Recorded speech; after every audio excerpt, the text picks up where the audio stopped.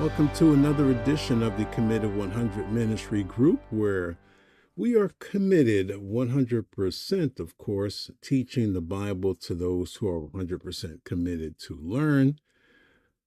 We're going to continue in our verse by verse study of the Gospel of Mark, and we're going to be looking at Jesus and the little children. Boy, this is going to be quite a lesson.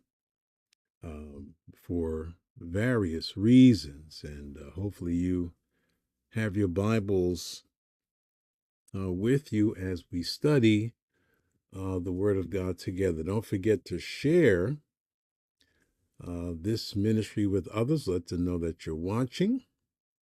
Also, continue to click the like button, and also, if you are not a subscriber, that you would subscribe to the channel, and that way you'll be getting updates on our daily offerings of Bible teaching.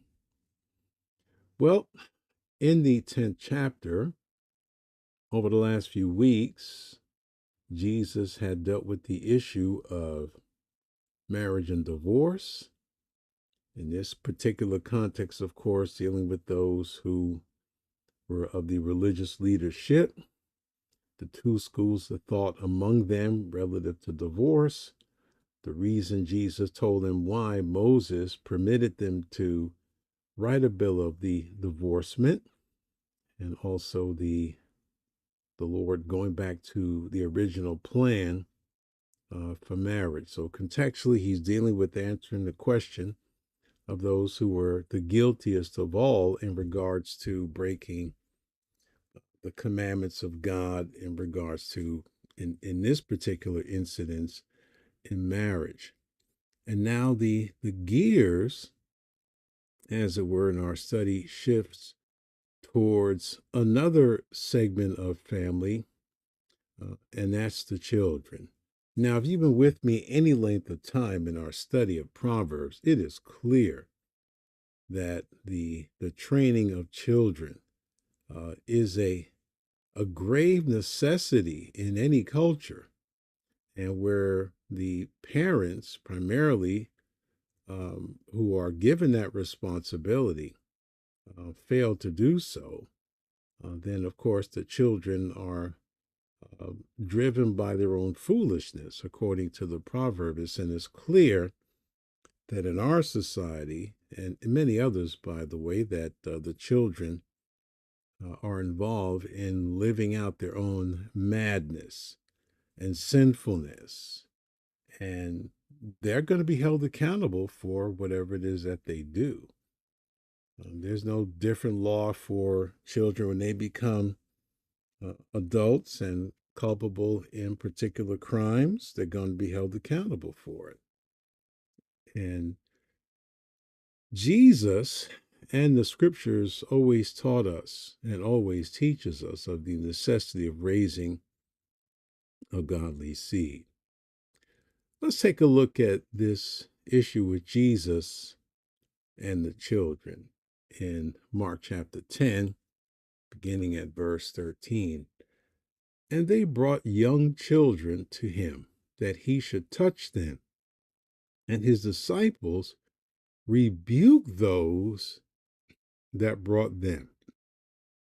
Now, there's one thing that we can see that's quite evident about the disciples, that they really had no patience with women or children.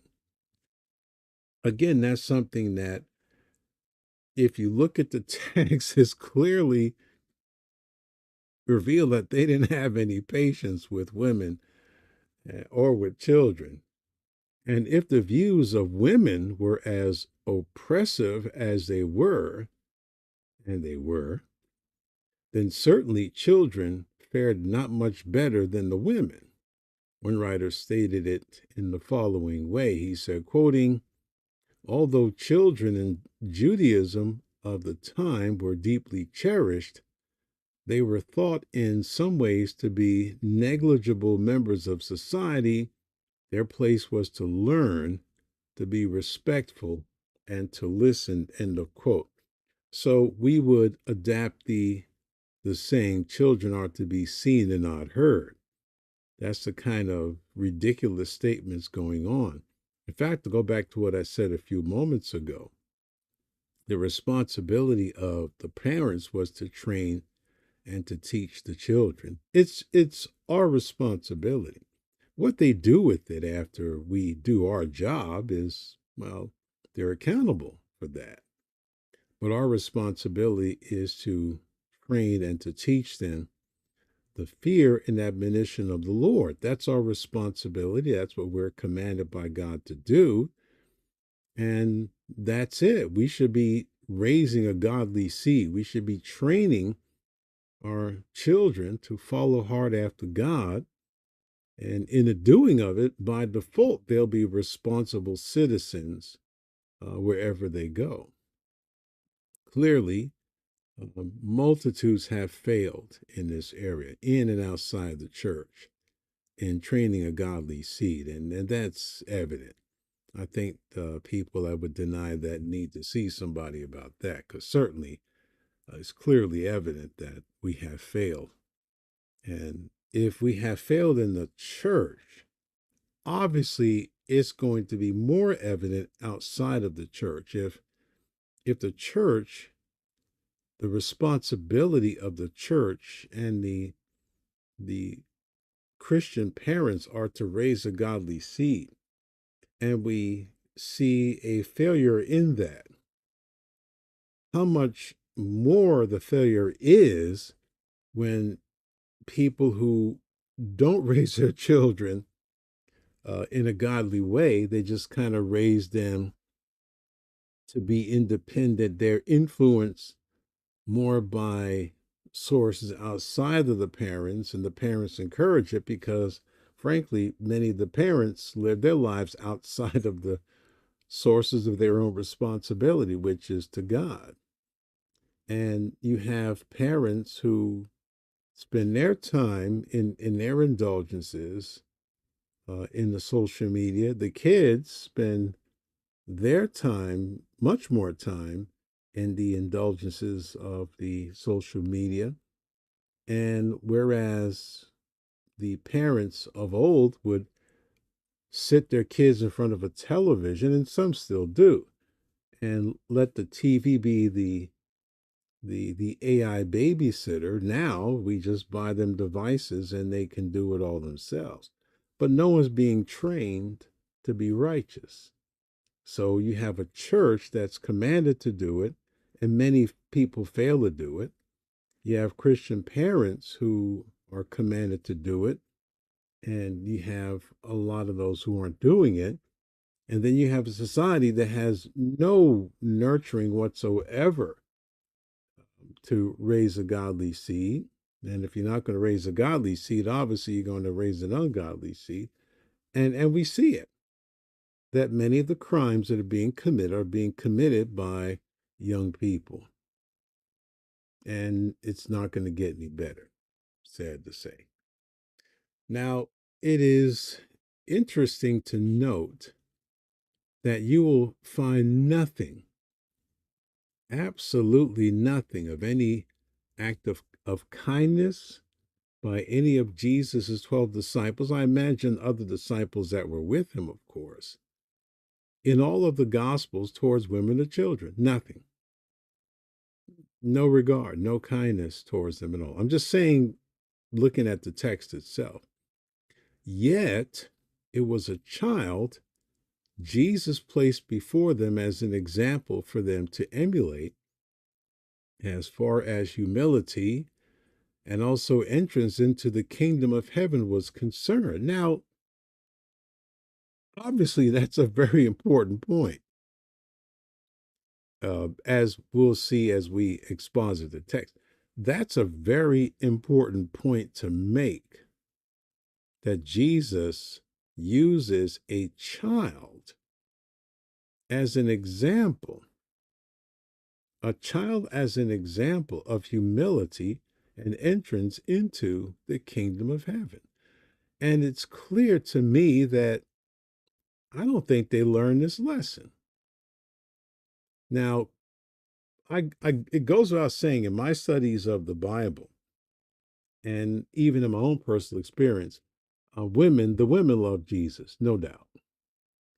And children loved Jesus, and he loved them both. Yet the disciples tolerated neither. As we've seen previously, the 12 in particular were so busy trying to figure out who's going to be the greatest among them and who is the greatest among them.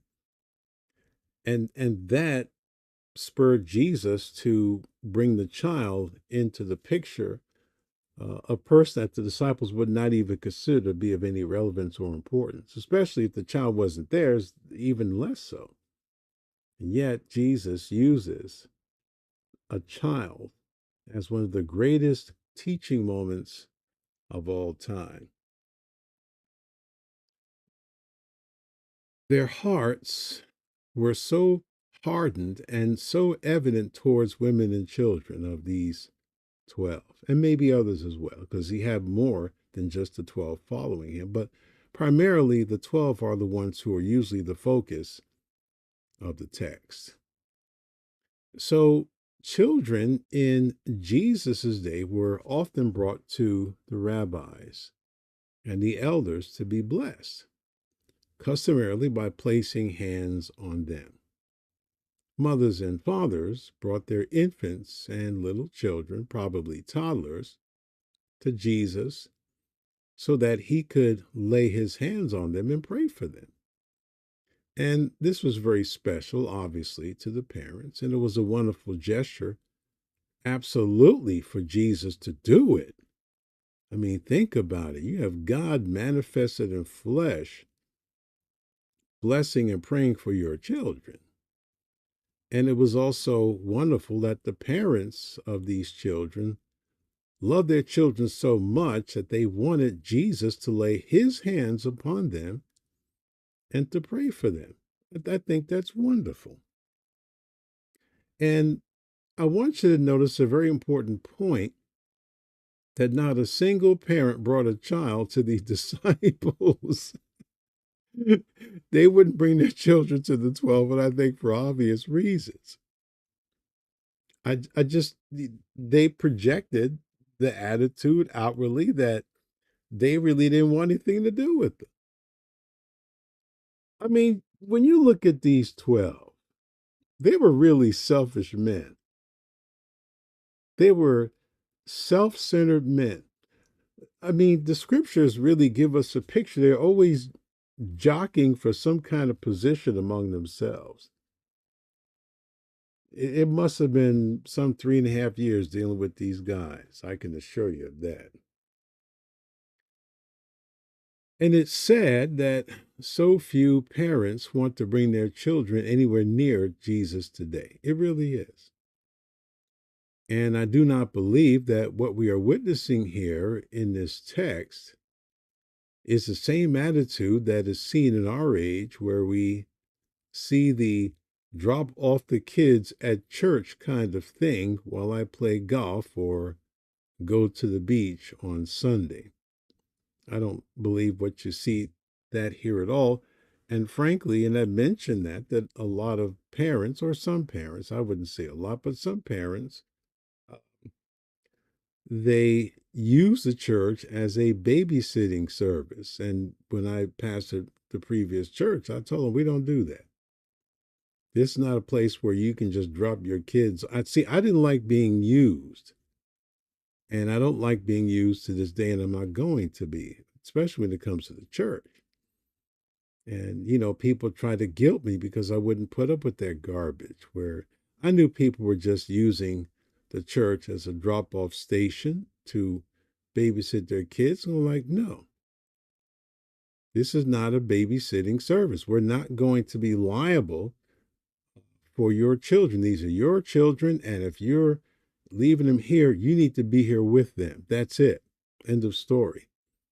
And some people saw that to be cold and indifferent and whatever. It didn't bother me because I'm not going to be made liable. People are very wicked in their motives. If their child was left here and they hurt themselves, that puts the church in liability. I'm not going to do that. I never have. You're responsible for your children. I'm not responsible for your children. And what we see is that the parents were bringing the children to Jesus. They weren't just dropping them off like some people do today. These parents brought their children to Jesus and believed that Jesus could and would bless and pray for their children. And the faith of the parents was demonstrated in that they trusted the care of their children to Jesus. That's wonderful. And as I said, it's a shame that so few parents want to bring their children anywhere near Jesus, but they don't seem to mind handing them over to the devil and act surprised and stupefied that they turn out exactly like him. And let me say this, I am the kind of guy that anyone who knows me knows I don't hold nothing back, anything back. If you hear any of my sermons, I don't hold anything back. If you following this work, if you're listening to this work, I'm telling you, I don't hold anything back. I'm totally unapologetic for it. And if you expect me to play nice with what you think I ought to be, because I'm not interested in your opinion of me and what you think I ought to be, blah, blah, blah, you're going to be in for a rude awakening, a very rude awakening. I suspect that a lot of people don't want their children near the church because of all of these demon filled, devil led, ungodly sexual perverts that are all over the churches today, in multitudes of professing churches, from the pulpits, leadership, everywhere you see this stuff. And that's bad enough. And we have a lot of reasons why I think, and rightfully so, frankly, that people don't want their children anywhere near a church. All of these perversions, these sexual perversions in particular against children, these people need to die. That's what they need to do. And another insidious kind of thing that I've witnessed and have witnessed for a long time, and it goes to this too, and that is how these blithering jewels of ignorance today, and they have been doing it many for years, are telling wives that they need to be abused by their husbands, and the husbands can abuse the wives and their children. And these idiots claiming to be spokesmen for God say that this is the wife and the children suffering for Jesus.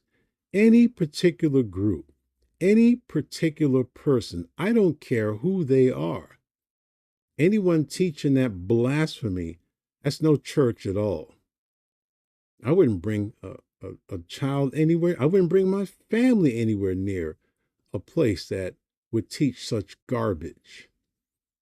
There is not a single passage anybody could twist anywhere near the Bible to say that a so-called professing Christian husband in particular has the right to physically abuse his wife and children, and that biblically this is her suffering for Christ's sake. That man is a fool. And you'd be a bigger fool to keep following this kind of nonsense. And this stuff is increasing because so-called larger public churches have tolerated this nonsense for so long. And when you find these things happening in other areas across the country, the model, of course, that's demonstrated in larger so-called churches is being used as a platform to continue this blasphemous nonsense.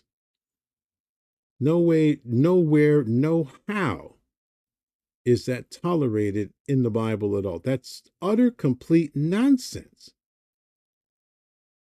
So if you expect me to go along with that garbage, you're out of your mind.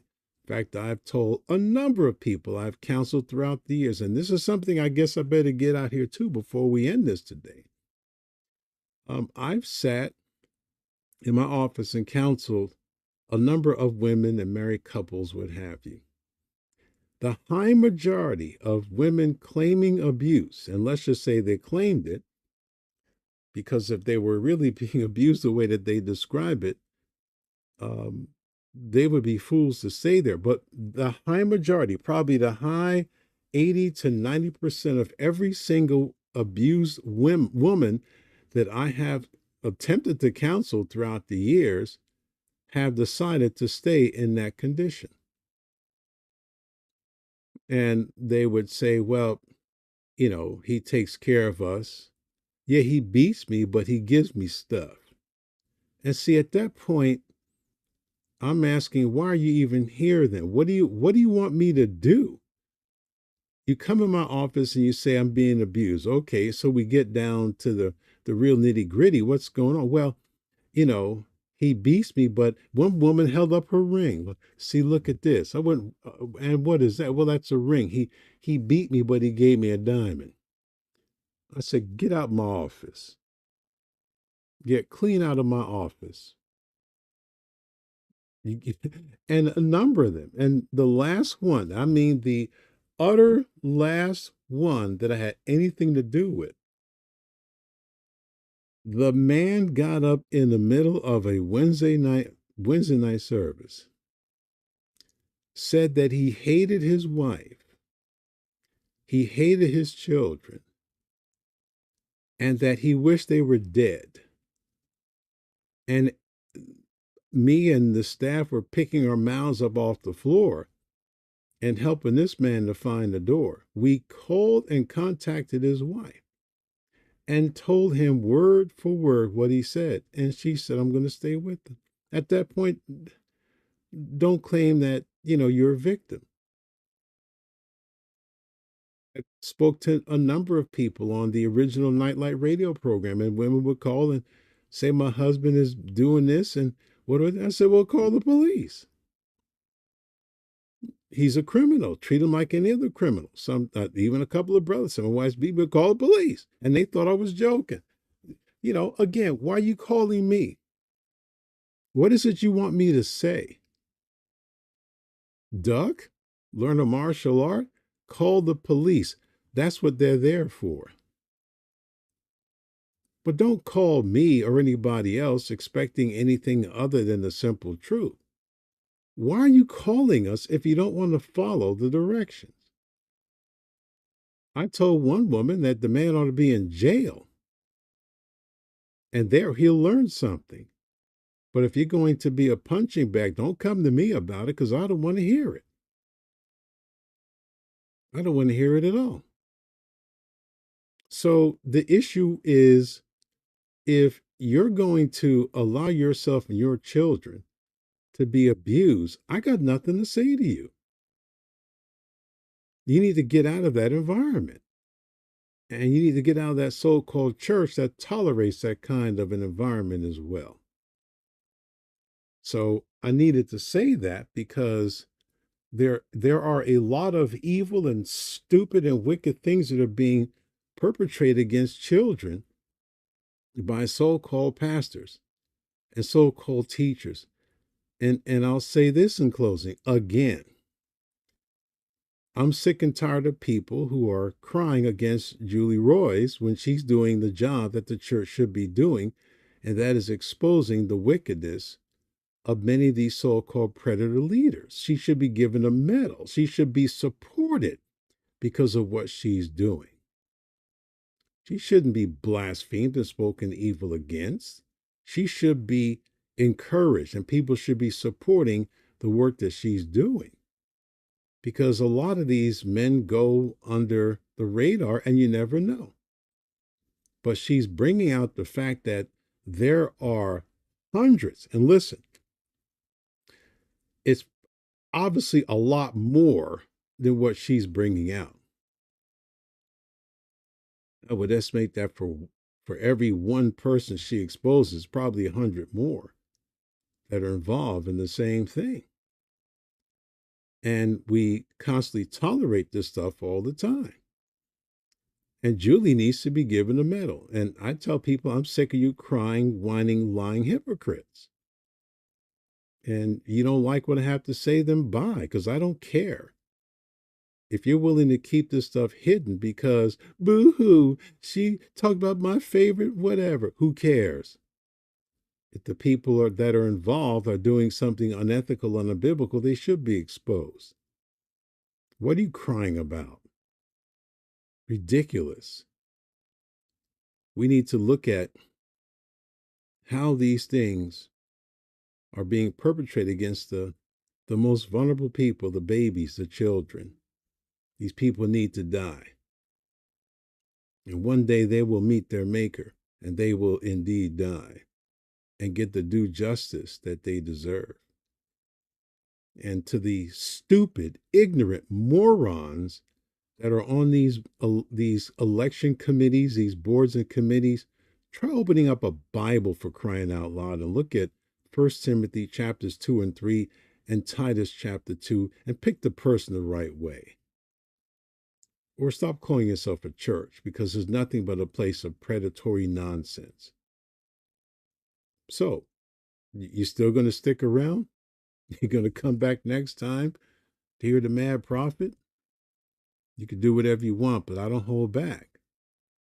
And I'm not doing it for show. I'm not doing it for any reason. This is who I've been since 1970, whatever. So I'm not changing for anybody. I never have. Like one guy said, one thing about Harley, he's been consistent all these years. Why shouldn't I be? Why do I need to change? Let everybody else change. You need to change and turn to God. I don't need to change and turn to you. We need to all trust the Lord and turn to him. All right, Lord willing, tomorrow is daylight. And you say, what sermon you have lined up for us? Well, you got to come back and see. I can't tell you everything. Well, I could, but I'm not going to. Anyway, God willing, we'll see you here next time. Don't forget, click the like button if you're not a subscriber. Of course, subscribe. Share the ministry with others. Let them know, hey, there is a voice out there crying in the wilderness. That's how I adjust myself. I'm just a voice crying in the wilderness. Prepare you the way of the Lord. Make his path straight. Get your heart right. Let's see what happens. God willing, see you next time.